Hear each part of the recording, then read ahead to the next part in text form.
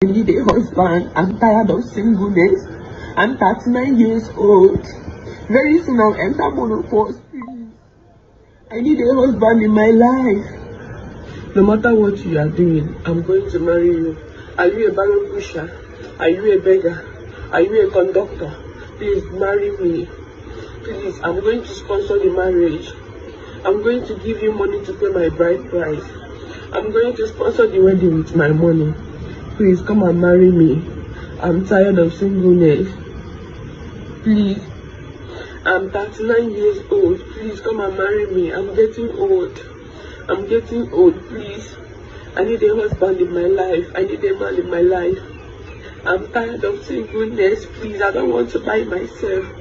I no longer sleep. All my mates are married with kids, but nobody wants to marry me. Nigerians, please, I'm calling everybody out. Please come and marry me. If you have a brother that needs a wife, please let me know. I don't care about what you are doing. Even if you don't have a job, I'm going to sponsor it.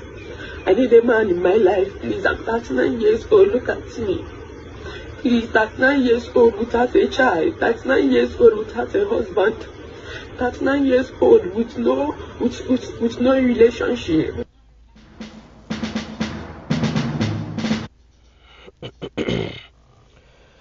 Shalom.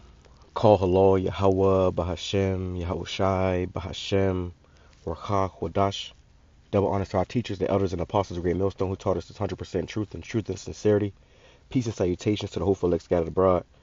And real quick, I want to go into this video. I won't make it long. All right, but this right here, is just a taste, a glimpse of what Isaiah 4:1 is going to look like, man. And this woman, she ain't, I don't see no tears. I don't see no snotty nose. So she hasn't truly been humble yet. By the time we're coming into, these women are about to be humbled. All right, and they're going to find out the importance of a man and why you need a man. All right, you're going to find out why you need a man. You got women that's up in age, with no kids, and really you just wasted your life away. You were created to bear children. You were created to be a helpmeet to a man, to help, take care of a house, and if you don't, do that, then you're really misusing your purpose on his life, man. Okay, it's like you're in his life. All right, you weren't created to be no career woman. You weren't created to be a boss bitch and none of that crazy shit. You was created to be a wife to a husband and a mother to children. All right, and that's to an Israelite man. All right, let's grab a few scriptures real quick though. Isaiah chapter 4 verse 1. It says, "And in that day 7 women shall take hold of one man, saying, we will eat our own bread and wear our own apparel. Only let us be called by thy name to take away our reproach." And this woman right here, she's saying she'll pay for the wedding, which we ain't doing no wedding, man. We ain't doing all that, the marriage license and all that. No, we're not doing all that, bro. You gonna have to come and be a woman, all right. But she's saying she'll pay for this, she'll pay for that. She don't care if you ain't got a job. She don't care about nothing. And this reminds me of a video I want to do. I got Lauren, I can do it soon, about that pop a balloon game or whatever. And it's, those women that play that game or that go there, they ain't virgins. They ain't the most pure. They ain't the most wife material. But they be so shallow. They be so shallow. The guy first come out, they popping the balloon. I saw a video, man, and I got to go into it soon, Lauren, I can. But they was talking about the most stupid shit. Oh, well, it's because you had a hat on. Oh, well, it's because of your shoes. Oh, it's because your clothes. Oh, it's because of, I don't like the way your beard is. Just the most shallow shit that could be changed. But that's because of the pride and arrogance of these women. And the Lord is about to make that cease. It says, Isaiah chapter 4 verse 1 in the NLT, "In that day so few men will be left that 7 women will fight for each man." You see, so a lot of these men are going to get drafted off into war. They're talking about a draft. All right, that's all these young men are going to be the first ones to go. All right, and then they're going they're going to up the age. They're going to start sending people in wheelchairs. Ain't going to be no men out here, bro. Okay, they're going to die in the food riots. They're going to die in the protests. They're going to die in the race wars and the class wars. People going to be dying of famine. People going to be dying of pestilence and disease. It's not going to be many men out here. And you women that are going to be left, you're going to need a man for protection. Okay, you're going to need a man that's going to be able to to be a hedge over you. All right. Scripture says, where there is no hedge, I'm gonna have to grab it, but I'm gonna have to grab it. It says, I don't want to butcher it, but it says, in that day, so few men will be left that 7 women will fight for each man. All right, and you women are gonna be, breaking your neck to be with a man. Nowadays, a woman will tell you, "Oh, I ain't sharing no man," but there's more women on earth than there are men, and the Most High made it that way for a reason. Okay, you women are hey, you gonna be sister wives. All right, one way or another. And if you got a problem with that, then you're gonna be left out there, and you're gonna be pretty much everybody woman. All right. It says and that's why you watch the movie The Book of Eli. Remember the movie The Book of Eli? You had that scene. It was a very heavy movie, but you had that scene where the female character, she was following Denzel, and he locked her up, tried to get away from her, and she would not leave his damn side. Okay, so when all hell break loose, even when something small happens on the side, a car crash, gunshot go off, when women scream and look for the nearest man to hide behind.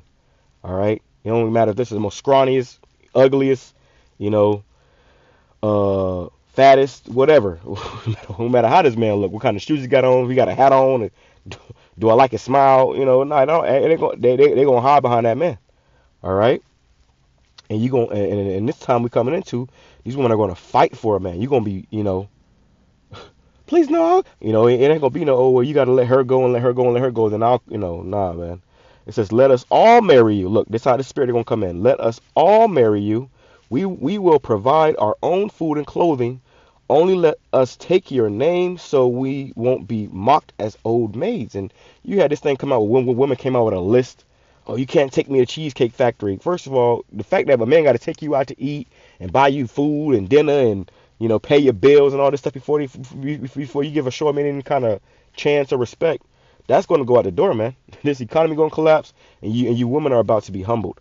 It says, we will provide our own food and clothing. So you ain't gonna have to worry about being the richest man in that day. You ain't gonna have to worry about as they say being a high value man. Which the true high value men are the men of the Lord, the men that serve in BAHASHAM YAHAWASHI and truth and sincerity. And you people are going to find that out because see, the Lord is going to be with His men. Okay, you may not think they cute. You may not like the way because we got beards. Oh, I want you to. I had women tell me that before. Oh, can you shave your beard down or can you shave your the fuck? Are you crazy? And a lot of guys don't have beards because of the women. A lot of guys don't want to cut their hair because of the woman. Because of the girlies. It says Isaiah chapter 32 verse 2, a man shall be as an hiding place from the wind, which is destruction. Okay, when this destruction come, a man is going to be a hiding place and a covert from the tempest. Okay, and a covert from the tempest, as rivers of water in a dry place, as a shadow of a great rock in a weary land.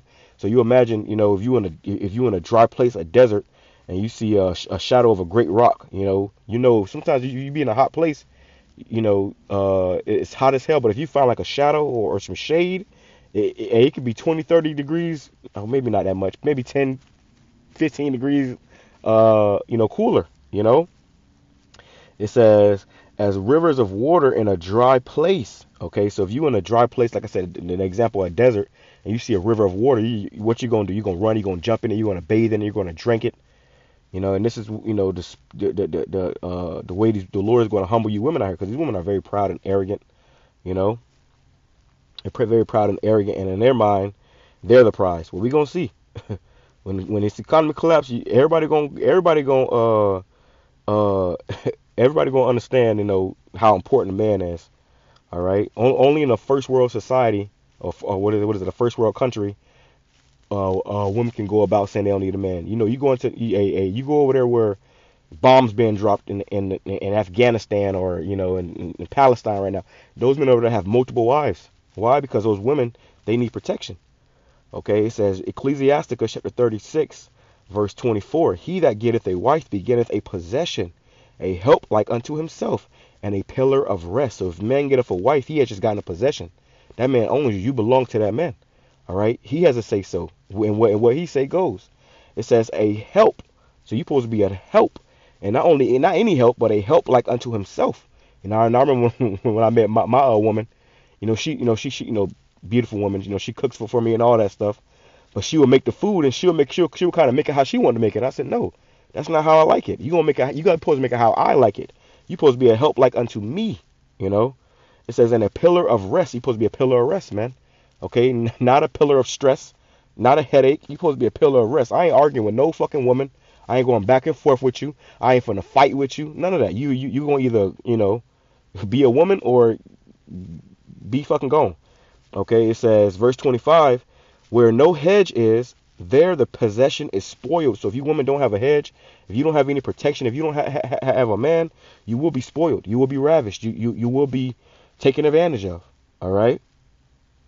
Another prime example in that movie, The Book of Eli, which I gotta watch the movie again. I've seen it a million times, but I gotta watch it again because it's spiritual. We coming into that time, brothers. We coming into that time. But it was a scene where the woman was out on her own because he had left her ass, and she didn't get too damn far before you had some damn marauders or some damn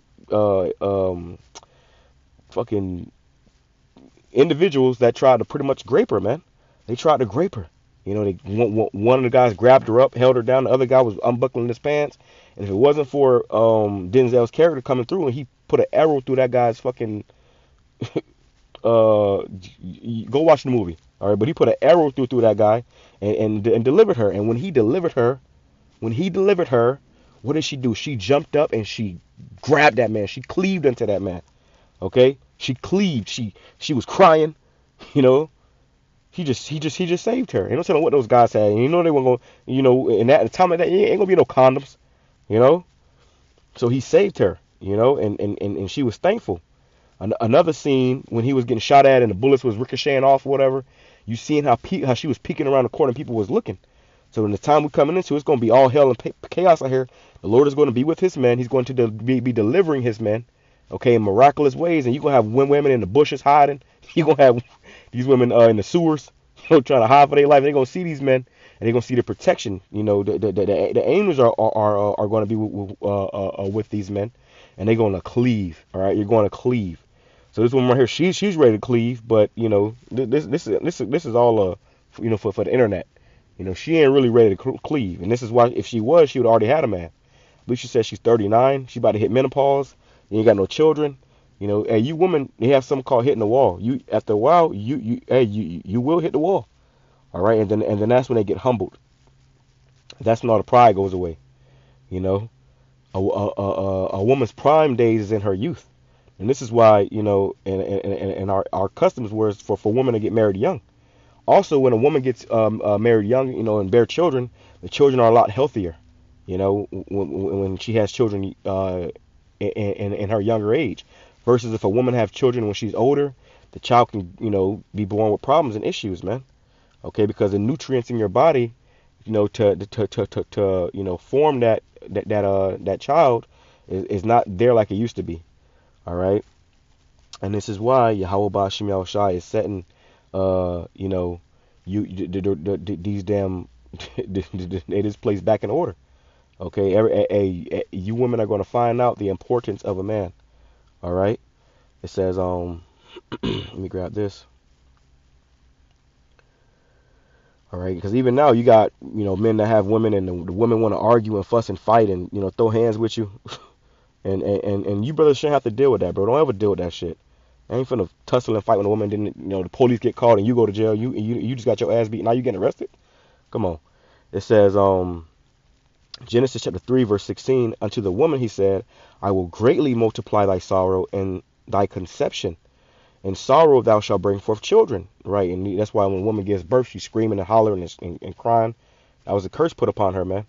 Okay, now in the kingdom of heaven, you woman ain't gonna have pain when you give birth. It's gonna be a delightful thing to give birth. You ain't gonna be no screaming and hollering, and pain. But right now that's happening. It says, in sorrow thou shalt bring forth children, and thy desire shall be to thy husband, and he shall rule over thee. You see, your desire is going to be to your husband. All right, not to your job, not to your career, not to your boss, not to your friends, not to your vacation, not to Miami on spring break, not to fucking OnlyFans, not to none of that. All right, none of that, bro. So, but in this society, you have women, that's getting passed around, These women done been with several men, and they mind say, oh, well, I'm the prize. If you don't go my way, I'm gonna go find me another man. Hey, what happens when there is no man out here? It says, and he shall rule over thee. So you supposed to be, ruled over by a man. All right. The Lord set it up where Adam was first formed, not Eve. Let me grab that real quick and close out. Oh no, that's not what I want to grab. That's not what I want to grab. Let me grab this right here. All right. It says, this is First Corinthians chapter 11, verse 8. It says, let me go up, verse 3. But I will have you know that the head of every man is Hamashiach, Yahawashi, and the head of the woman is the man. So the head of the woman is the man. That's your guidance, your direction.